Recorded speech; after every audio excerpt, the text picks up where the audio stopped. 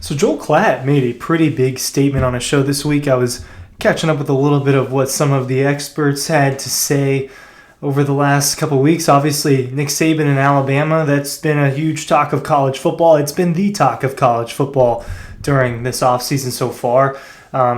It's completely overshadowed everything else. Alabama's downfall, per se. Alabama, are they falling? Is Alabama falling off a cliff right now? I don't know if it's that drastic. There were some things that he said that I agreed with. Some things I think we need to pump the brakes on a little bit. At least we need to see what happens. But he did say some things I think are right. Ryan Cook from Dawg Post talking about Alabama and Nick Saban. Joel Klatt said that he thinks that Georgia and Texas are already both better programs. All right, he already put Texas ahead of Alabama, and so, oh man, we gotta see Texas do it in the SEC. We gotta see Texas do this thing in the SEC. Either win the conference or have success. Obviously, I think Texas and Alabama are going to end up playing each other here and there. I think that's just how things are going to be from here on out. Georgia was already in the process of becoming the best program in college football, if it's not that, right? And now, with Nick Saban gone and it is Kirby at the helm, it does seem like Kirby probably is the best equipped, right, moving forward. I agree that Georgia is, passing Alabama. When you lose the head-to-heads like that, it makes it hard to say. But Georgia's won more recent national championships, and Georgia's had more recent dominance. Head-to-head, obviously, yes, Nick Saban and Alabama were winning.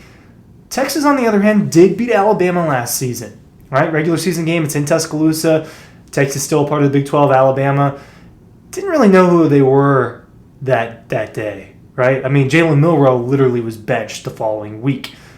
So hard for me to say that was a true representation of the Alabama football team last season, at least what its final form was. The whole season does count. It does count.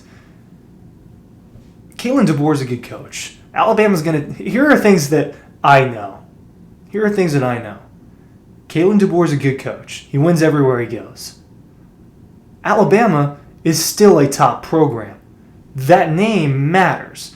And they've created something at Alabama that I have a very hard time seeing just drastically fall off. Like 8-4, 8-4, 7-5, 7-5, 6-6. Like, I can't see it being that bad. That's bad.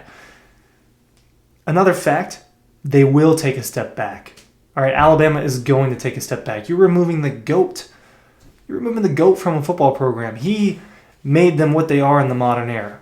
Now, things are changing, and we're moving forward into the next phase of college football, and things are going to be more difficult. So, can Kalen DeBoer handle the recruiting down in the South? Can Kalen DeBoer handle the weekly wear and tear of playing in the SEC? It's going to be different. I don't know how you can have that scheme that they've ran the last couple of years with Jalen Milroe, or with Michael Penix Jr. Obviously, you have to build around your really good football players. That's how you win, right? That's one of the ways how you win. Well, let's go back and examine 2022, right? His first year at Washington, he's got Penix. Penix is throwing for freaking 300-something yards every game. They dominate who they need to dominate. And then you get a couple losses against Pac-12 teams that you just shouldn't lose to. But then you win against Oregon. So we know he can beat Oregon and Oregon State with what he had at Washington. We know he beat what Texas was the year prior and beat Texas this year. So Kalen DeBoer has experience beating big programs. On a weekly basis, they didn't dominate in the Pac-12. And in fact, they struggled a lot during a stretch, right? 42-33 against Stanford. Ended up in a shootout with USC, but kind of who doesn't? Beat Oregon twice, beat Oregon State, beat Utah. They got it done here and there, all right? Or not here and there. They got it done when they needed to get it done. But now, if you're Alabama, you're Kalen DeBoer, you're looking at going to watch Wisconsin. And then playing home against Georgia. That's not going to be fun. And then, oh my goodness. Tennessee, you got to go there. Oh my gosh, I'm very apologetic about this. At LSU, at Oklahoma, I can actually fix that. Usually I'm not able to fix it, but I'll fix the dinging. That's really frustrating. I apologize. It's distracting me. versus Missouri, right? I didn't count that the way I needed to. But those were at least 5 challenging football games. Games that are on the level of what they had to deal with or higher. And now he's dealing with a roster that, let's face it, part of Kalen DeBoer's job is to retain that roster, and he hasn't been doing it. So they're starting from behind a little bit, brought in some really good players. And the other factor we have to talk about is Alabama's obviously a super, super talented team that has been recruiting at a really high level. Yes, they're missing a lot of the talent that they would have had this season. You think about offensively, you're losing probably your 2 best weapons and a guy that may have ended up being your starting running back. Your wide receiver 1, for this year, probably your RB1, your wide receiver 1, and your tight end, all gone, right? So how does this look with Jalen Milroe now moving forward with Kalen DeBoer? I don't know. I almost feel like I got off topic, though. Is Alabama a better program than Texas still? I think the answer is yes until we see Texas do it in the league. And it's about to get harder. Because the thing we're not 100% sure about Texas is how are they going to compete, all right, with dealing with the Georgias and also Oklahoma. And you got to now Tennessee's mixed in there. Now Mississippi State is one of the worst teams you have to play. Well, that's definitely better than a lot of the worst teams you had to play before, right? You're starting to catch my drift there. We don't know what Texas is in the new world of college football. We don't really know what Alabama is with Kalen DeBoer either. But the sentiment that Texas is a better football program than Alabama already, right, before we even get to see it, I think is a little bit much for me.